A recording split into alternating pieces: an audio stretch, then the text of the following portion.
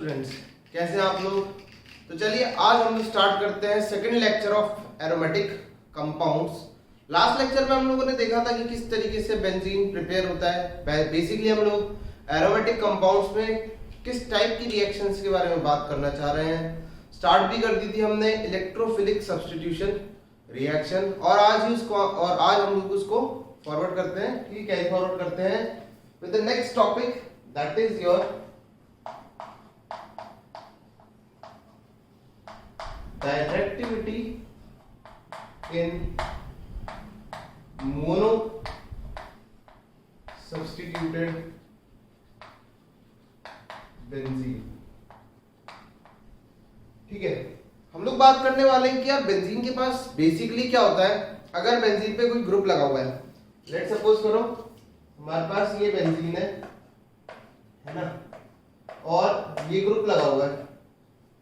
ठीक, यहाँ पर ये ग्रुप लगा हुआ है। तो अपने को पता है बेंजीन पे जो ग्रुप लगा हुआ है अलग अलग नेचर शो कर सकता है। बेसिकली ये प्लस एम भी हो सकता है, माइनस एम भी हो सकता है, प्लस आई भी हो सकता है, माइनस आई भी हो सकता है, प्लस एच भी हो सकता है और माइनस एच भी हो सकता है।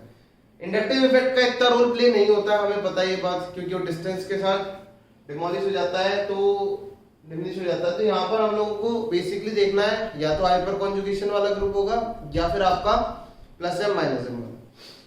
तो अगर जी कोई प्लस एम का ग्रुप है तो वो ऑर्थो और पैरा पे इलेक्ट्रॉन डेंसिटी को बढ़ा देगा। अगर जी कोई ऑर्थो अपने पास प्लस एम वाला ग्रुप है या प्लस एच वाला ग्रुप है तो ऑर्थो पैरा पे इलेक्ट्रॉन डेंसिटी बढ़ा देगा। बट यही अगर जी आपका माइनस एम का ग्रुप है तो वो ऑर्थो और पैरा पे क्या कर देगा, इलेक्ट्रॉन डेंसिटी कम कर देगा।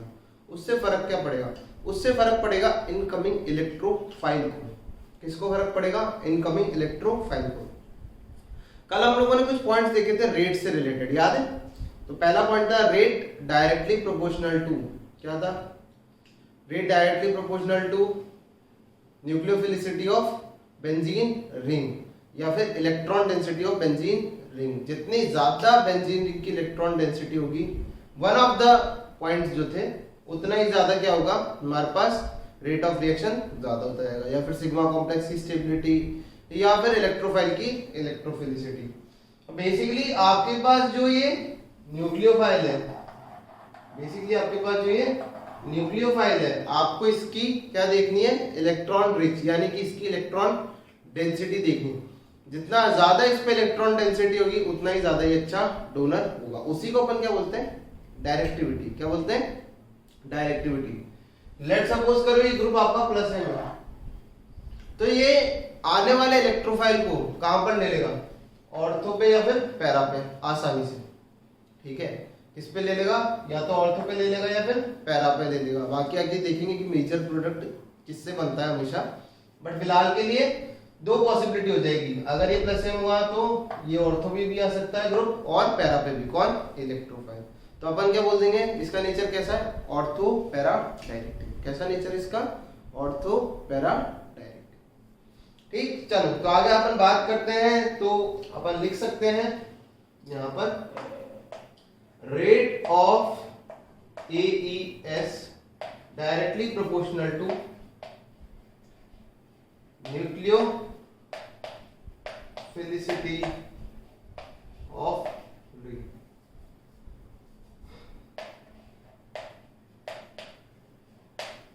ठीक, directly proportional to nucleophilicity of. Okay, चलो जैसे कंपेयर कर सकते हैं अपन, अरेंज इन ऑर्डर क्वेश्चन आपके पास, अरेंज इन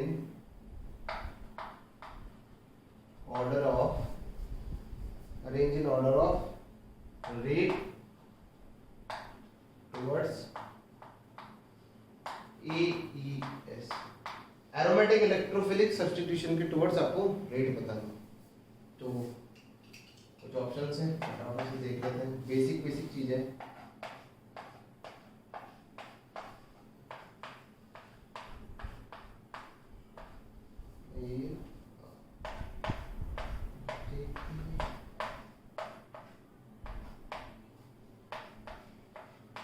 ये लो लास्ट ऑप्शन क्वेश्चन आपके पास, समझ ही गए होंगे, समझदार को इशारे करते हैं। तो आपको इसको अरेंज करना है रेट ऑफ एईएस में। तो भाई पॉइंट यही है सिंपल सा। अब देखो किसकी न्यूक्लियोफिलिक नेचर सबसे ज्यादा है, यानी कि किसके सर पे इलेक्ट्रॉन डेंसिटी सबसे ज्यादा है। बेंजीन, किस बेंजीन रिंग की इलेक्ट्रॉन डेंसिटी सबसे ज्यादा है। भाई डायरेक्टली सीधी सी बात है, बेंजीन रिंग में इलेक्ट्रॉन डेंसिटी कब बढ़ेगी, जब उसके पास यहाँ पर जो ग्रुप लगा हुआ है उससे जो ग्रुप अटैच्ड है वो प्लस वाला ग्रुप हो, यानी कि इलेक्ट्रॉन डोनेट करने वाला ग्रुप हो। तो यहाँ हम लोग सीधे सीधे देख सकते हैं ये सारे के सारे अल्फा एच वाले ग्रुप हैं। ठीक, तो इधर अल्फा एच है, हाइड्रोजन के 3, इधर अल्फा एच 2, इधर अल्फा एच 1 और इधर अल्फा एच 0। बेसिकली यहाँ पर तीनों में हाइपर कॉन्जुगेशन हो रहा है, यहाँ पर नहीं हो रहा है और ये इसमें कुछ लगा हुआ नहीं है, तो ये प्लस आई तो शो कर ही देगा। तो हमारे पास जो ऑर्डर बनेगा अल्फा एच के हिसाब से ऑर्डर बन जाएगा, फर्स्ट ये, सेकंड ये, थर्ड ये, फोर्थ ये और फिफ्थ। ठीक, जिस पे कोई ग्रुप नहीं लगा हुआ पीछे चला गया, वो इस बात पे डिपेंड नहीं करता है कि मतलब हमेशा पीछे नहीं जाएगा, वो तो फिलहाल कंडीशंस के हिसाब से। ओके, चलो अब अपन बात करते हैं कुछ पॉइंट्स की। तो लिखो, आप लोग लिखो पॉइंट्स लिखो इस क्वेश्चन के बाद।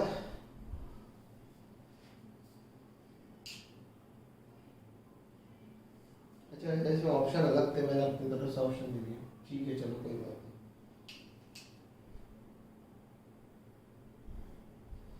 The group which increase the rate of AES, the group which increase the rate of aromatic electrophilic substitution, AES, the group which increase the rate of AES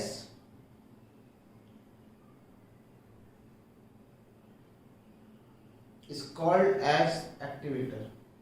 ठीक है, ग्रुप कहां पर लगा हुआ होगा, बेंजीन में, तो वो सेल्फ जस्टिफाइड है, उसको सोचने की जरूरत नहीं है। तो आप लिख भी सकते हो चाहो तो इन बेंजीन करके, ठीक है, इन बेंजीन करके भी लिख सकते हो, नहीं भी लिखते हो तो चल जाएगा।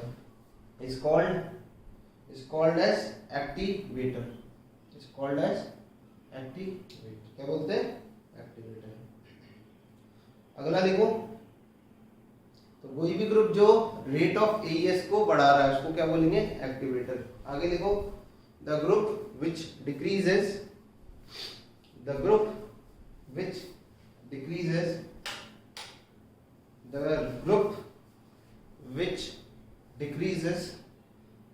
rate of AES, the group which decreases the rate of AES, the group which decreases the rate of AES is called as deactivator, is called as deactivator। तो बेसिकली क्या हो सकता है ना, आपके पास ग्रुप्स किस टाइप के हो सकते हैं, दो टाइप के ग्रुप्स हो सकते हैं। क्या, एक हो सकता है इलेक्ट्रॉन डेंसिटी बढ़ाने वाला और एक हो सकता है इलेक्ट्रॉन डेंसिटी घटाने वाला। सही है, एक ग्रुप हो सकता है या तो इलेक्ट्रॉन डेंसिटी बढ़ाए या फिर इलेक्ट्रॉन डेंसिटी घटाए। जो इलेक्ट्रॉन डेंसिटी को बेंजीन रिंग पे से कम करेगा, यानी कि वो ग्रुप्स जो अपनी तरफ पुल करेंगे माइनस वाले, वो किसकी तरह काम करेंगे, डीएक्टिवेटर की तरह। वो रिंग को क्या करते हैं, डीएक्टिवेट करने लग जाते हैं टुवर्ड्स एरोमेटिक इलेक्ट्रोफिलिक सब्स्टिट्यूशन। जबकि वो ग्रुप्स जो रिंग के अंदर इलेक्ट्रॉन डेंसिटी को बढ़ाते हैं, इंक्रीज करते हैं, वो किसकी तरह काम करते हैं, एक्टिवेटर की तरह। तो हम कैटेगराइज कर देते हैं एक्टिवेटर और डीएक्टिवेटर को। तो हमारे पास आ जाता है सबसे पहले, that is your very strong activator, बहुत ही ज्यादा तगड़े एक्टिवेटर। तो देखो, इन जनरल अपने को पता है कि प्लस एम वाला ग्रुप एक्टिवेटर की तरह काम करेगा। सही बात है, प्लस एम वाला ग्रुप किसकी तरह काम करेगा, एक्टिवेटर की तरह काम करेगा। तो हमारे पास वेरी स्ट्रॉन्ग एक्टिवेटर में आ जाता है O माइनस NH2, ठीक है, एनिलीन वाला जो केस होता है NH2 आ जाएगा। इसके बाद आप NHR आ जाएगा, फिर आ जाएगा NR2। ठीक, तो ये हो जाता है आपके पास वेरी स्ट्रॉन्ग एक्टिवेटर। क्या हो जाते हैं? Very strong activator. अगले कौन से आते हैं? अगले आ जाता है हमारे पास स्ट्रॉन्ग एक्टिवेटर। सॉरी, अगला आ जाता है स्ट्रॉन्ग एक्टिवेटर। तो वो आता है हमारे पास OH और OR। ठीक है, OH और OR आ जाते हैं। फिर आता है हमारे पास थर्ड में मॉडरेट एक्टिवेटर। अभी डीएक्टिवेटर भी आएंगे, चिंता मत करो। मॉडरेट एक्टिवेटर आ जाता है हमारे पास NHC double bond O He। ये वो वाले ग्रुप है, ये अमाइड्स हो गए। बेसिकली ये अमाइड है। अमाइड का लोन पेयर दो जगह इन्वॉल्व हो सकता है, यहाँ पर भी होता है और यहाँ पर भी हो सकता है, तो इसलिए ये मॉडरेट हो गया। उसके बाद इसी तरीके से एस्टर,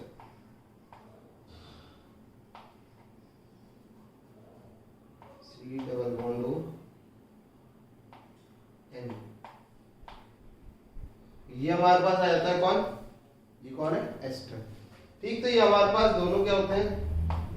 मॉडरेट एक्टिवेटर। क्या होते हैं? Moderate activator. ठीक, अब नॉर्मल जो आ जाता है हमारे पास चौथे, दैट इज योर एक्टिवेटर। ठीक है, कैटेगरी बनती जा रही है।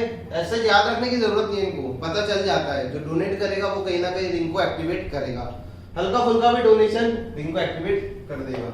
इसमें आ जाता है आपका अल्फा एच वाले ग्रुप्स। बेसिकली यहाँ आ जाता है आपके अल्फा एच वाले ग्रुप। तो CH3 आ गया। इसके अलावा आ जाएगा आपका CH2D आ जाता है। फिर आ जाता है CH2Me आ जाता है ना।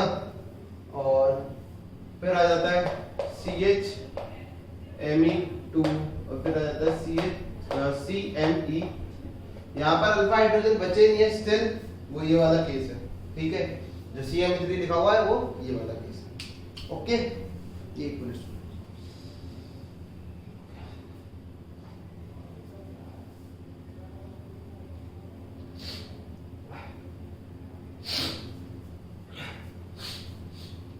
चलो अगले देखते हैं। अब हमारे पास आ जाते हैं, स्टार्ट हो जाते हैं डीएक्टिवेटर। कौन आ जाता है? डीएक्टिवेटर। चलो देख लेते हैं हम लोग। पांचवा आता है हमारे पास वीकली डीएक्टिवेटर। Weekly deactivator. तो वीकली डीएक्टिवेटर्स में हमारे पास आ जाते हैं सबसे पहले तो हैलोजेंस। Chlorine, bromine, iodine. तो हमारे पास आ जाते हैं क्या? Halogens. Basically halogens weekly deactivator होते हैं। उसका रीजन ये है कि तो माइनस आई लगा सकते हैं, माइनस एम तो लगा नहीं सकते, और दूसरा इनके पास क्या है? लोन पेयर भी है। तो ये रिंग को तो डीएक्टिवेट करते हैं, बट अगर मैं बताना चाहूँ तो ये आगे बढ़ेंगे। अभी डायरेक्टिविटी इनकी ऑर्थो पैरा पर ही होती है। अभी समझेंगे, डायरेक्टिविटी भूल जाओ, फिलहाल इसको देखो। ये हमारे पास नाइट्रोसिल हो जाता है। इसके बाद हमारे पास आ जाएगा नाइट्रोसिल के अलावा एक ये S double bond O OH। ठीक है, क्लियर है कि दिख रहा है? दिख रहा है? Let me check. Okay, visible. S double bond O OH आ जाता है। उसके बाद फिर आ जाता है हमारे पास CH डबल बॉन्ड CH2 और CH double bond CH NO2, और एक आ जाता है हमारे पास CH2Cl। ये अल्फा एच वाला केस है ना, अल्फा हाइड्रोजन वाला केस। तो ये हमारे पास वीकली डीएक्टिवेटर होते हैं। कौन होते हैं? Weekly deactivator. फिर आ जाता है छठा, जो कि होंगे हमारे पास स्ट्रॉन्ग डीएक्टिवेटर। मॉडरेट जैसा, शायद मॉडरेट जैसा होता नहीं है।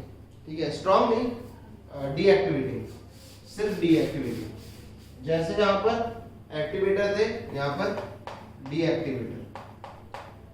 डीएक्टिवेटर। स्ट्रॉन्ग और वीक तो कुछ अभी बात नहीं है। तो यहाँ आ जाएंगे जहाँ तक साइनाइड, NC, CCl3 और CF3, आइसोसाइनाइड, CF3 और CCl। ये दोनों तो माइनस आई से ही खींचने वाले हैं, ठीक है, क्योंकि इनके पास और कोई जरिया नहीं है। ये जरूर आपका माइनस आई से खींच लेगा, बट बहुत कम होगा। उसका लॉजिक क्या है? NC का इसलिए कम होगा क्योंकि जब ये खींचेगा तो एक पाई यहाँ बनेगा और कार्बन के ऊपर नेगेटिव चार्ज। ज्यादा देर स्टेबल नहीं होगा कार्बन के ऊपर नेगेटिव चार्ज, इसलिए ये ज्यादा खास डीएक्टिवेटर नहीं होता है। और लास्ट कैटेगरी आ जाती है हमारे पास स्ट्रॉन्ग डीएक्टिवेटर। हमारे पास आता है स्ट्रॉन्ग डीएक्टिवेटर, और स्ट्रॉन्ग डीएक्टिवेटर में आ जाता है हमारे पास, पता ही होना चाहिए, NO2 हो सकता है इसमें आपका, साइनाइड हो सकता है इसमें आपका, और इसमें आपका हो सकता है C डबल बॉन्ड OH, यानी कि एल्डिहाइड भी हो सकता है। ठीक, तो ये आ जाती है आपकी स्ट्रॉन्ग डीएक्टिवेटर की कैटेगरी। ओके, क्या जाती है आपकी स्ट्रॉन्ग डीएक्टिवेटर की कैटेगरी। चलो, तो अब अपन बात करते हैं, जैसे क्वेश्चन है कंपेयर करना है, क्वेश्चन है आपके पास कंपेयर करना है rate of AES, rate of AES। First है, ये देखिए, फर्स्ट है आपके पास ये बेंजीन, और यहाँ पर है आपका क्लोरीन। ठीक, तो कंपेयर करना है इसमें।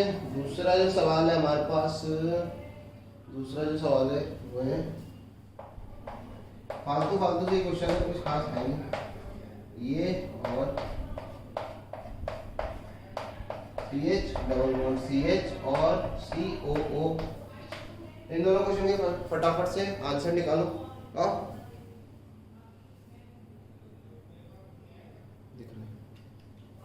ओके, तो आपको विजिबल भी है, मैं वही चेक कर रहा था। आंसर बहुत आसान है यार, कुछ खास नहीं है, बता दूं। ये क्लोरीन क्या होता है? डीएक्टिवेटर, अभी देखा तो रेट एक्टिवेटर के केस में ज्यादा होगा। आगे ये भी डीएक्टिवेटर वाला ही ग्रुप है, इसको इससे कंपेयर मत कर लेना। कहां गया वो? हाँ, ये डीएक्टिवेटर वाला ही ग्रुप है, खत्म हो इसको। इसमें भी बेंजीन की लागत, जहां पर भी डीएक्टिवेटर का ग्रुप होगा वो AES की रेट को कम कर देगा, जहां पर भी एक्टिवेटर का ग्रुप होगा वो ये AES की रेट को बढ़ा देगा। क्लियर है? चलो बढ़ते हैं हम आगे। अब आ जाती है directivity in mono substituted benzene. Copy कर ही लिया होगा, ऑब्वियस सी बात है। ठीक, अगर नहीं करा वीडियो पॉज कर लो और कॉपी करो, ठीक है। चलो अब हम देखते हैं directivity in mono substituted benzene. क्योंकि देखो, अगर बेंजीन पे कोई ग्रुप नहीं लगा हुआ है तब हम डायरेक्टिविटी की बात नहीं कर सकते हैं।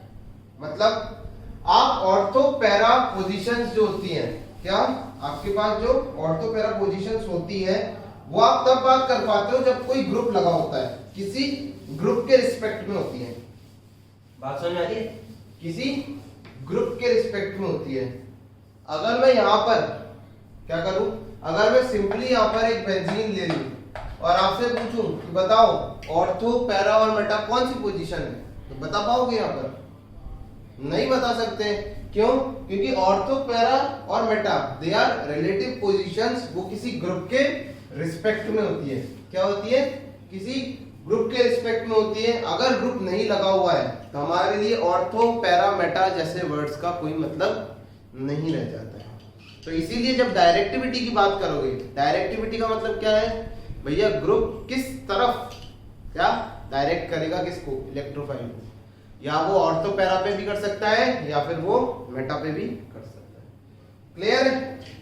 चलो देखो, तो हमारे पास आ जाती है अगला जो टॉपिक है, दैट इज योर, वैसे वो दिखाया था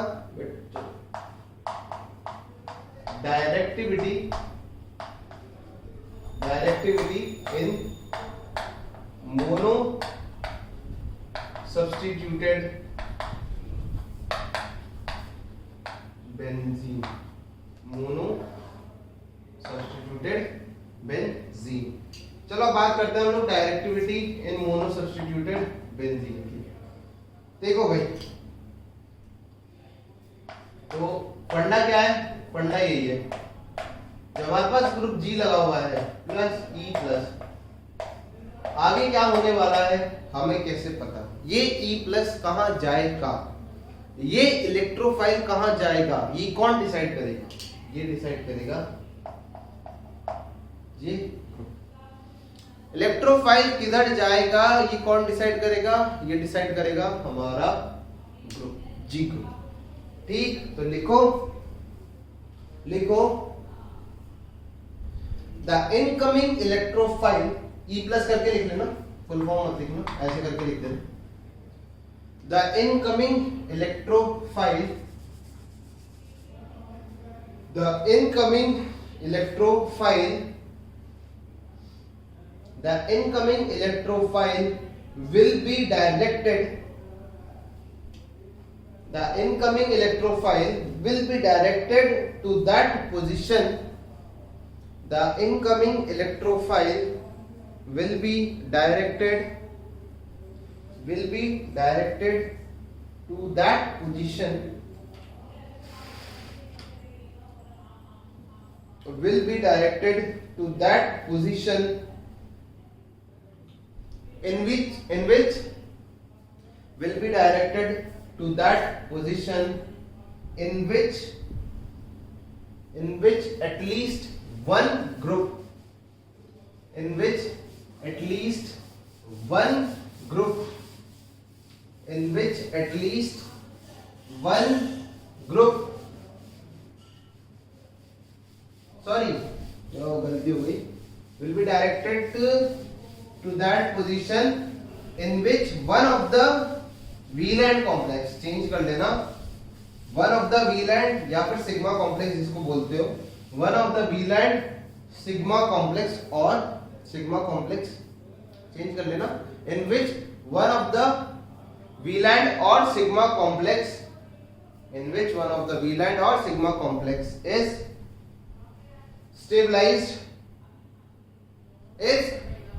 stabilized by the previously bonded group G, by the previously bonded group G, by the previously bonded group G, by the previously bonded group G। सही है बात? अब समझो क्या कहना चाहा, देखते हैं। जैसे हमारे पास है, एग्जांपल से समझते हैं। लेट सपोज करो हमारे पास है, हम फिनॉल की केस में डायरेक्टिविटी देखना चाहते हैं, ठीक है? तो अब इस रिंग को हटाना पड़ेगा हमें, ठीक? अब हमारे को चेक करना है।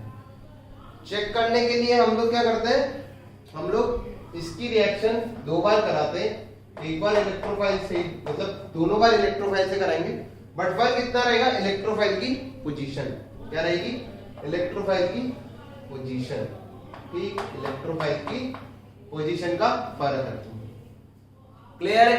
और डोनर जो पाई है, कौन सा पाई डोनर, कौन सा वाला है, ये वाला मान लेते हैं, इसको मत रखो, ठीक है? यहाँ पर लफड़े ज्यादा दिखेंगे, तुम्हें समझ नहीं आ पाएगा, विजिबिलिटी यहाँ से आएगी अच्छी, ठीक? तो इसने डोनेट किया, तो क्या क्या केस हो सकते थे भाई, देखो, इसने अपना पाई इलेक्ट्रॉन क्लाउड डोनेट किया, तो ऑब्वियस सी बात है ई यहाँ पर चिपकने वाला है, यहाँ पर ई चिपकने वाला है ना?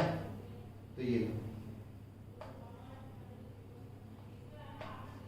यहाँ पर अपन ने ई चिपका दिया, इधर चिपका दिया, और यहाँ कार्बोकेटायन, सही, कार्बोकेटायन बना दिया। अब ये जो स्टेटमेंट है उसने क्या बोला है कि भाई इलेक्ट्रोफाइल वहां जाएगा, इलेक्ट्रोफाइल उस पोजीशन पे जाना चाहेगा जिसकी केस में कम से कम, उसने बोल दिया एटलीस्ट वन, कम से कम एक वीलैंड कॉम्प्लेक्स तो क्या होना चाहिए, स्टेबल होना चाहिए। तो ये बन गया आपका एक वीलैंड कॉम्प्लेक्स। अब अपन कोशिश करते हैं इससे और वीलैंड कॉम्प्लेक्स बनाने की।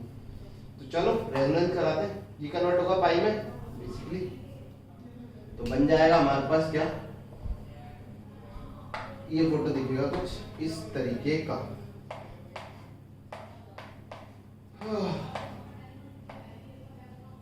ये OH और यहाँ आ जाएगा पाई बॉन्ड और इलेक्ट्रोफाइल और यहाँ आ जाएगा प्लस चार्ज। अभी तक ये सिर्फ पाई के रेजोनेंस से स्टेबलाइज्ड हो रहा है। जो हमारा प्लस चार्ज है फिलहाल वो पाई बॉन्ड के ही रेजोनेंस से स्टेबलाइज्ड हो रहा है। अगला बना लेते हैं, इसको नीचे कर देना, इसको नीचे कर देते हैं। अगला बना लेते हैं इसी का रेजोनेटिंग स्ट्रक्चर। अगला क्या होगा, ये पाई इधर शिफ्ट हो जाएगा। तो अगला फोटो दिखेगा हमारे को कुछ इस तरीके का, अगला फोटो हमारे को कुछ इस तरीके का दिखेगा। ये ई यहाँ पर पाई, यहाँ पर पाई, ये OH और ये। इसके अलावा कोई और केस हो सकता है क्या, आप लोग बता सकते हो? नहीं, चलो ठीक है, इसको होल्ड पे रखो। यहाँ पर अपन इसको होल्ड पे रखते हैं और बढ़ते हैं आगे बढ़ते हैं दूसरे स्ट्रक्चर की तरफ।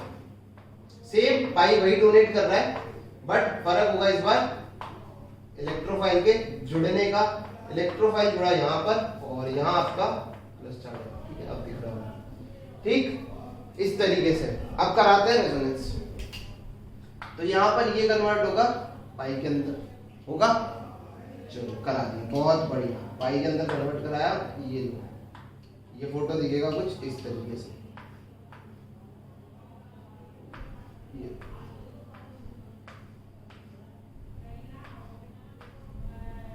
OH और यहाँ आ जाएगा प्लस का चार्ज, इलेक्ट्रोफाइल तो यहीं पर ही रहना है ना। आ गया। ये जो लोन पेयर है, इसका क्या करें, ये लोन पेयर भी कुछ कर देगा, ये लोन पेयर भी कुछ कर देगा। ये कन्वर्ट हो गया किसमें, पाई में कन्वर्ट हो जाएगा। ये किसमें कन्वर्ट हो जाएगा, पाई के अंदर कन्वर्ट हो जाएगा। स्टूडेंट्स, हो सकता है आपको कुछ बैकग्राउंड नॉइस आ रहा हो, तो सॉरी फॉर दैट, कुछ कर नहीं सकते आज, है ना। अगर आ रहा हो तो इन केस, अगर नहीं आ रहा है तो अच्छी बात है ना, मुझे पता नहीं चलता क्यों। तो इस तरीके से बन जाएगा ये वीलाइंड कॉम्प्लेक्स, इस तरीके का बन जाएगा, डबल बॉन्ड OH और प्लस का चार्ज। इसको यहीं छोड़ देते हैं, तीसरा वाला स्ट्रक्चर बनाने की जरूरत है क्योंकि क्वेश्चन यहीं खत्म हो चुका है। क्या था स्टेटमेंट, एक बार फिर से वापस रीड आउट करो, वापस से देखो एक बार तो अच्छे से समझ में आएगा।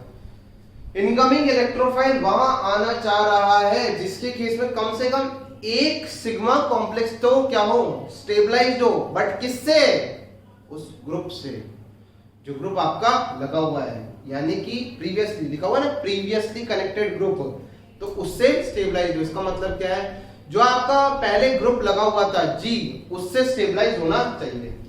चलो दोनों केस कंपेयर कर लेते हैं, इनके बीच में एक रेखा खींच देते हैं, ठीक है, यहाँ पर एक लाइन खींच देते हैं ताकि डिफरेंशिएट कर। अब देखो इस केस में क्या OH ने कुछ करा इन तीनों वीलैंड कॉम्प्लेक्स में, और अगर आपको लगता है इसके और भी कुछ बन सकते हैं तो बना के बता देना मुझे, मैं भी देख लूंगा।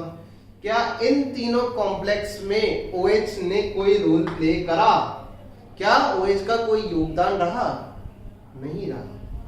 क्या इन तीनों कॉम्प्लेक्स में, इन तीनों वीलैंड कॉम्प्लेक्स में OH का कोई योगदान रहा, हाँ OH का योगदान रहा। OH का प्लस M बेसिकली अब जाके काम करा है, OH का प्लस M जो है वो बेसिकली अब जाके काम करा है। और इलेक्ट्रोफाइल कौन सी पोजीशन पे लगा है रिस्पेक्ट में, ये कौन सी पोजीशन है, ये आपकी पैरा पोजीशन है। तो इसके रिस्पेक्ट में, OH के रिस्पेक्ट में इलेक्ट्रोफाइल का लगा है यहाँ पर। बाकी रिएक्शन अपने को पता है क्या होने वाला है, यहाँ से H चला जाएगा और रिंग की एरोमेटिसिटी वापस आ जाएगी, वो कोई बड़ी चीज नहीं है हमारे पास। बात समझ आ रही है। अभी क्वेश्चन समझो, यहाँ पर अभी आप क्वेश्चन समझो कि इस वीलैंड कॉम्प्लेक्स में इस ग्रुप ने, देखो रेजोनेंस के चलते तो कार्बोकेटाइन स्टेबल रहा, बट क्या इस ग्रुप ने कोई रोल प्ले करा, नहीं करा, ना ही प्लस का करा ना ही माइनस का करा। बट इस केस में इस ग्रुप ने एक रोल प्ले करा, और किसका करा, प्लस M का।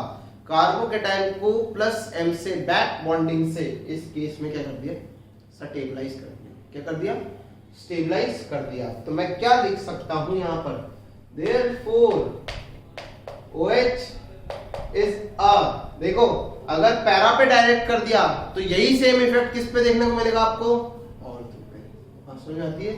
अगर आपका ग्रुप अगर आपका ग्रुप पैरा पे डायरेक्ट कर सकता है तो वो ऑर्थो पे भी कर सकता है। क्यों? क्योंकि हमें पता है रेजोनेंस का जो भी इफेक्ट होता है, यानी कि प्लस एम और माइनस एम का जो भी इफेक्ट होता है वो कौन सी पोजीशंस पे देखने को मिलता है, कौन सी पोजीशंस पे, जीओसी में पता चल चुका होगा। हमेशा कोई भी ग्रुप का plus M minus M plus H या माइनस एच जो पोजीशंस होती है वो कहाँ होती है, आपकी ऑर्थो और हमेशा उनका इफेक्ट कहाँ देखने को मिलता है, माइनस एच तो नहीं मिलता, हमेशा कहाँ देखने को मिलता है, ऑर्थो और पैरा पे देखने को मिलता है। किस पे देखने को मिलता है? ऑर्थो और पैरा पे देखने को मिलता है। तो अगर पैरा पे हो गया तो ऑर्थो पे भी हो जाएगा। तो मैं लिख सकता हूं यहां पर OH is a ortho para directing, ortho para directing group. किसको ऑर्थो पैरा पे डायरेक्ट कर रहा है? इलेक्ट्रोफाइल को। तो यहां लिख सकते हो और इलेक्ट्रो,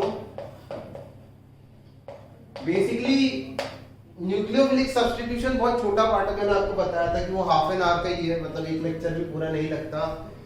तो उसके लिए कभी भी आपको नहीं पूछेंगे कि डायरेक्टिंग ग्रुप कौन सा है, मतलब अगर आपको क्वेश्चन में देखने को मिल जाता है कि डायरेक्टिंग ग्रुप, तो वो आपको सेल्फ अंडरस्टूड होना चाहिए कि वो इलेक्ट्रोफाइल के लिए ही बात कर रहा है, न्यूक्लियोफाइल के लिए बात नहीं कर रहा है।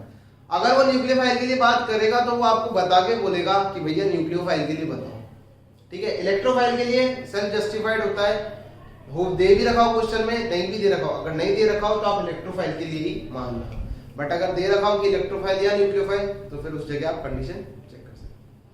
क्लियर है?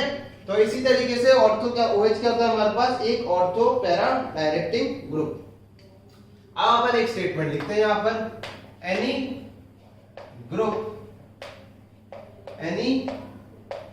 group which can show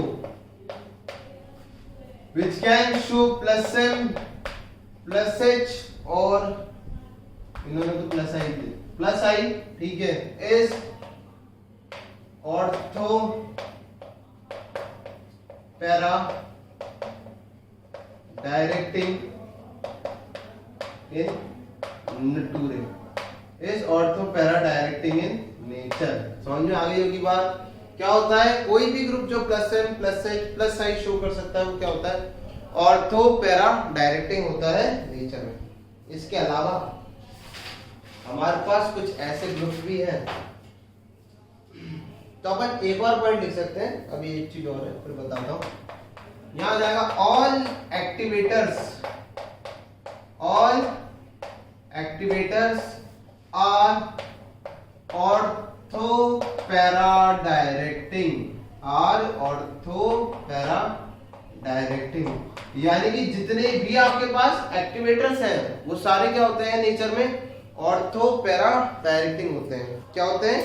ortho para directing होते हैं। All activators are ortho para directing. और क्यों होते हैं, बात समझ में आती भी होगी भाई, वो इलेक्ट्रॉन डेंसिटी को बढ़ा रहे हैं, तो चाहे फिर वो किसी भी तरीके से बढ़ाएं, ऑर्थो और पैरा पे इलेक्ट्रॉन डेंसिटी बढ़ेगी या फिर वीलैंड कॉम्प्लेक्स स्टेबल बनेगा, और उसके चलते आपका एक्टिवेटर्स क्या होते हैं, ऑर्थो पैरा डायरेक्टिंग होते हैं। चलो इसी से रिलेटेड हमारे पास एक क्वेश्चन आया था, चौक बदल देते, मेरे को पिंक कलर ज्यादा अच्छा नहीं लग रहा। हमारे पास लगा हुआ है NO2, क्या लगा हुआ है, NO2 प्लस यहां मैंने कोई इलेक्ट्रोफाइल रख दिया, तो क्या आंसर होगा, क्या आंसर होगा?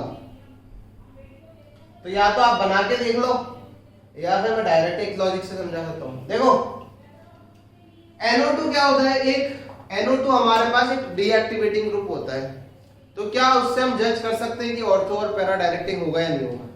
ये एक स्ट्रॉन्ग डीएक्टिवेटिंग है। हर डीएक्टिवेटर मेटा डायरेक्टिंग हो ऐसा जरूरी नहीं। NO2 क्या है, एक स्ट्रॉन्ग डीएक्टिवेटिंग ग्रुप है। अगर स्ट्रॉन्ग डीएक्टिवेटिंग ग्रुप है तो यहां पर और यहां पर इलेक्ट्रोफाइल नहीं आ सकता, ये स्ट्रॉन्ग डीएक्टिवेटिंग नहीं आता। समझ में नहीं आ रहा सर? तो लॉजिक से समझते चलो, फिर वही करेंगे, इसको कर लो 2 टुकड़े, पाई बॉन्ड लगा दो, ठीक, और 2 बार इसकी E+ से रिएक्शन करो, एक बार इससे, और क्वेश्चन नहीं रहेगा ये, अपन इसको सॉल्यूशन बनाते हैं, इसका सॉल्यूशन बनाते हैं।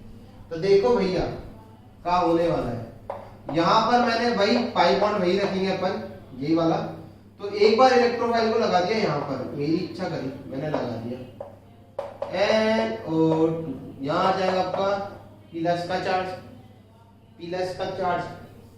जब भैया कन्वर्ट होगा किसमें, पाई में, किसमें कन्वर्ट होगा भैया, पाई के अंदर, बोर्ड में घुस जाऊंगा इस तरीके से। तो क्या हो जाएगा, फोटो जाएगा इधर इधर और इधर इलेक्ट्रोफाइल, NO2 और NO2 के बगल में ही प्लस का चार्ज होता है। अब आपने को पता है NO2 क्या होता है, एक माइनस M का ग्रुप होता है, एक माइनस M का ग्रुप होता है। तो क्या वो इस प्लस चार्ज को स्टेबलाइज कर पाएगा, नहीं, उल्टा यहाँ पर हमें माइनस M और देखने को मिल जाएगा, जिसकी वजह से स्टेबिलिटी और कम हो जाएगी। सही बात है, बात समझ में आती है, स्टेबिलिटी और कम हो जाएगी। क्यों, NO2 और तबियत से विड्रॉ हो रहा, तुमने उस प्लस चार्ज को उसके पास पहुंचा के, तुमने इस प्लस चार्ज को इसके पास पहुंचा के इसकी मौत पक्की कर दी है, इस प्लस चार्ज की मौत जो है ना वो पक्की कर दी है। तो चलो मौत से बचाते हैं इसको, मसीहा बनो। मसीहा कैसे बनते हैं, मसीहा बनना, हासिया मत बनना, ठीक। दिस दिस इलेक्ट्रोफाइल को याद रखो, ठीक। दूसरा वाला जो केस हमने वो इसमें करा, जो भैया कन्वर्ट होंगे पाई बॉन्ड में, किसमें कन्वर्ट होंगे, पाई बॉन्ड में, ओके। वो मैं लकीर खींच के अलग कर दूंगा, ठीक है। तो यहाँ आएगा पाई पाई NO2 इधर इलेक्ट्रोफाइल, और यहाँ आ जाएगा आपका प्लस चार्ज। बात समझ आई भाई, बात समझ में आ गई भाई, ठीक। अभी भी मुझे सुकून नहीं पड़ा, दिल में क्या है ना, सुकून नहीं पड़ता ऑर्गेनिक। इसको कन्वर्ट करा इधर पाई में, किधर कन्वर्ट कर दिया इसको, पाई में, और ये कुछ इस तरीके का रखेंगे। अब इधर आ जाएगा ये प्लस चार्ज, पाई इधर और ये पाई इधर, NO2 इधर, ठीक है, NO2 इधर और छोटू इधर। क्लियर, सीन समझ में आ गया। अब समझो, क्या इस प्लस चार्ज का NO2 कुछ बिगाड़ पाया, या फिर मैं कह सकता हूं माइनस M का कोई इफेक्ट देखने को मिलेगा। इस तरीके से जज मत करना कि सर ये प्लस चार्ज तो ऑर्थो पे आ रखा है NO2 के रिस्पेक्ट में, नहीं, कभी भी उस तरीके से नहीं होता है, ठीक है, उल्टा चलता है। इलेक्ट्रोफाइल यहाँ लगा है, तो आप तो ये बताओ, यहाँ पर प्लस चार्ज इसकी मौत पक्की हो गई थी, बट क्या इन केसेस में, क्या इन तीनों वेलेंट कॉम्प्लेक्स के केस में प्लस चार्ज की मौत 100% श्योर है आपके आप हो ही चुकी है, नहीं हुई है, कम हुई है, मतलब बेसिकली कम हुई है। ऐसा नहीं हुई तो है, ऐसा नहीं है, हुई तो है बट कम हुई है। क्या हुआ है, अब यहाँ पर NO2 का माइनस M काम नहीं कर रहा, क्योंकि प्लस यहाँ पर पहले डायरेक्टली था तो NO2 का माइनस M काम कर रहा था, बट यहाँ पर अब NO2 का माइनस M काम नहीं कर रहा। वही वाला केस जो OH के साथ हुआ था, आप लोगों ने देखा था, ये रहा, देखा क्या था, ये तो रहा, है ना। यहाँ देखो OH अपना कोई योगदान नहीं दे पाया था जब ये प्लस चार्ज इधर और इधर था, यही यहाँ पर भी तो वही हुआ, यहाँ पर भी तो वही हुआ। NO2 अपना योगदान, पहले लकीर खींच के, रेखा खींच के इसको अलग कर, ठीक, यहाँ पर भी तो वही हुआ कि NO2 इन वेलेंट कॉम्प्लेक्सेस के अंदर अपना कंट्रीब्यूशन नहीं दे पाया, यही तो हम चाहते थे, क्योंकि NO2 क्या है, एक इलेक्ट्रॉन विड्रॉइंग ग्रुप है, एक माइनस M का ग्रुप है। क्या है, एक माइनस M का ग्रुप है, एक डीएक्टिवेटर है। क्या है, एक डीएक्टिवेटर है, और हम यही नहीं चाहते थे, हम तो यही चाहते थे कि भैया ये प्लस इस NO2 से क्या रहे, दूर रहे। इस केस में तो हो गया, इस केस में नहीं हो पाया, तो अपन क्या बोल सकते हैं यहाँ पर कि यहाँ बोल सकते हैं हम लोग की बोल के बोलता हूं, NO2 is a meta directing group. NO2 is a meta directing group. NO2 का होता है भैया मेटा डायरेक्टिंग ग्रुप होता है, किसके लिए, इलेक्ट्रोफाइल के लिए। सेल्फ अंडरस्टूड होना चाहिए, पॉइंट समझ में आया क्यों हुआ ऐसा। इसमें और इसमें फर्क क्या है, OH एक प्लस M का ग्रुप है जबकि NO2 एक माइनस M का ग्रुप है। हमें पता है प्लस चार्ज को OH ही स्टेबलाइज कर सकता है, जबकि हमें पता है प्लस चार्ज को NO2 हाईली अनस्टेबल बना देगा।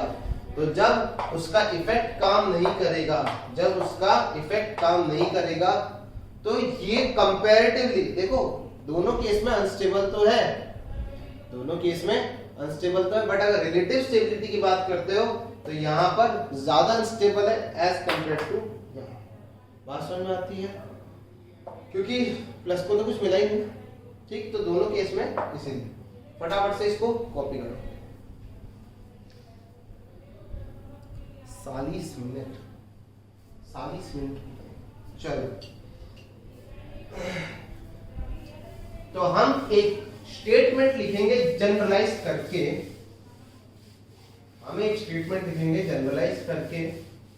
क्या लिखेंगे? लिखो, आप लोग लिखो। इसके बाद ऑल डीएक्टिवेटर्स, लिखो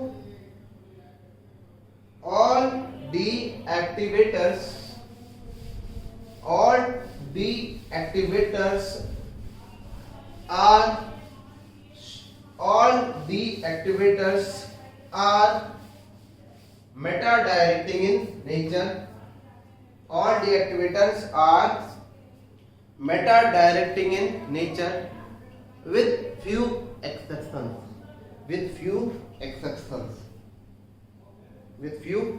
exceptions. जितने भी हमारे पास डीएक्टिवेटर्स होते हैं वो सब क्या होते हैं? हमारे पास मेटा डायरेक्टिंग होते हैं। कछु एक्सेप्शन लगा लेना, कुछ एक्सेप्शंस। तो चलो अपन बात ही करते हैं सीधे किनकी? एक्सेप्शंस, इंसेप्शन नहीं, एक्सेप्शंस, ठीक।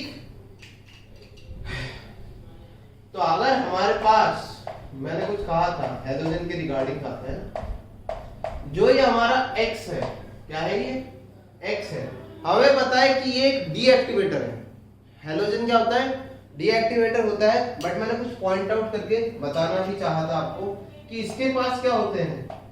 लोन पेयर होते हैं, जिसकी वजह से ये किसकी तरह काम कर सकता है? एक प्लस M के ग्रुप की तरह काम कर सकता है और करता भी है। हम लोगों ने जीओसी में ये बात क्लियरली पढ़ी है कि हैलोजेंस के पास प्लस M का भी इफेक्ट होता है और माइनस I का भी होता है, बट जो काम करता है, जो डोमिनेट करता है, वो कौन सा करता है? Minus I। इसीलिए अपन ने इनको क्या बोला? डीएक्टिवेटर। क्या बोला इनको? अपन ने डीएक्टिवेटर बोला था, ठीक है ना? उनको क्या बोलते हैं? डीएक्टिवेटर होते हैं। वैसे तो क्या होते हैं? डीएक्टिवेटर होते हैं, बट इन जनरल अगर यहाँ इलेक्ट्रोफाइल आता है तो these are ortho para directive. क्या होते हैं ये? ऑर्थो पैरा डायरेक्टिव होते हैं।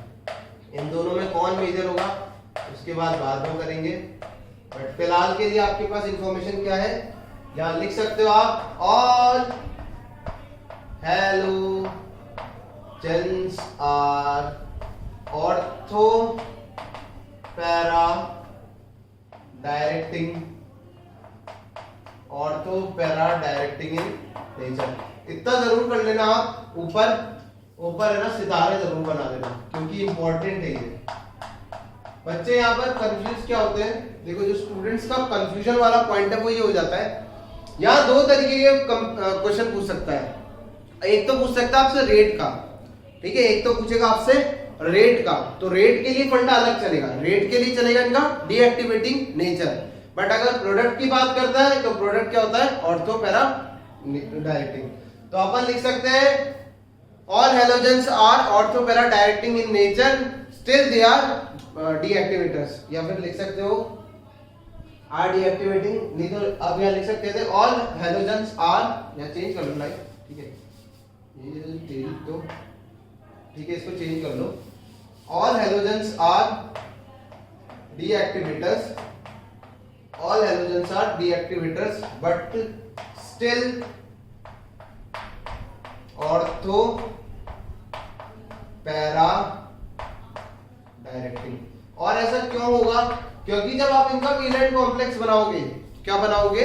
जब आप इनका वीलाइट कॉम्प्लेक्स बनाओगे तो एक बार प्लस चार्ज यहाँ आएगा, यहाँ पर और यहाँ पर, और एक बार प्लस चार्ज यहाँ पर आएगा। जब प्लस चार्ज यहाँ पर आएगा तो इसका लोन पेयर तुरंत उसके साथ बैक बॉन्डिंग कर देगा, माना कुछ कम देर के लिए ही करेगा। हैलोजेंस अच्छे डोनर नहीं होते हैं, हमें पता है कि हैलोजेंस अच्छे डोनर नहीं होते हैं, बट स्टिल वो डोनेट कर देगा और वो प्लस चार्ज स्टेबल हो जाएगा। जबकि अगर आप उस प्लस चार्ज को, मैं बना के दिखा देता हूँ, बोल क्यों रहा हूँ, ठीक है, मैं बना के दिखा देता हूँ। एक बार जब प्लस चार्ज यहाँ आएगा हैलोजन के रिस्पेक्ट में, पाई पाई भूल जाओ कि पाई किधर है, ठीक है, इस तरीके का था ना ऐसे, ठीक है।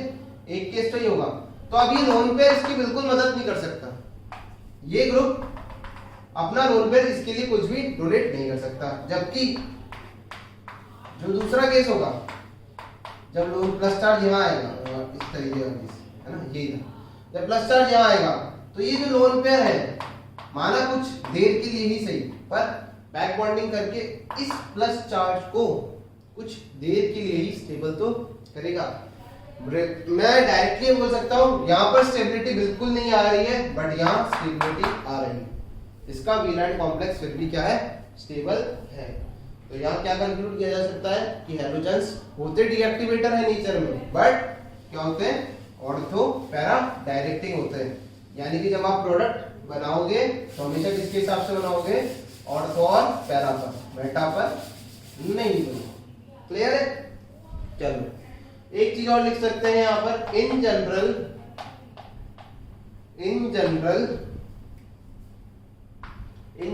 वीकली, देखना, वीकली